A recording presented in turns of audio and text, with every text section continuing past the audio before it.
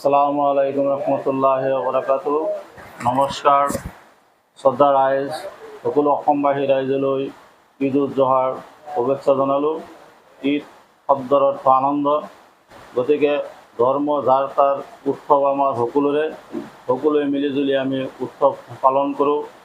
অহা কাইলৈ আমাৰ অসমত ঈদ উজ জোহা পালন কৰিব, গতিকে আমি সকলো অসমবাসী ৰাইজলৈ ঈদ উজ জোহাৰ মনৰ পৰা হিয়াৰ পৰা আন্তৰিক শুভেচ্ছা জনালোঁ।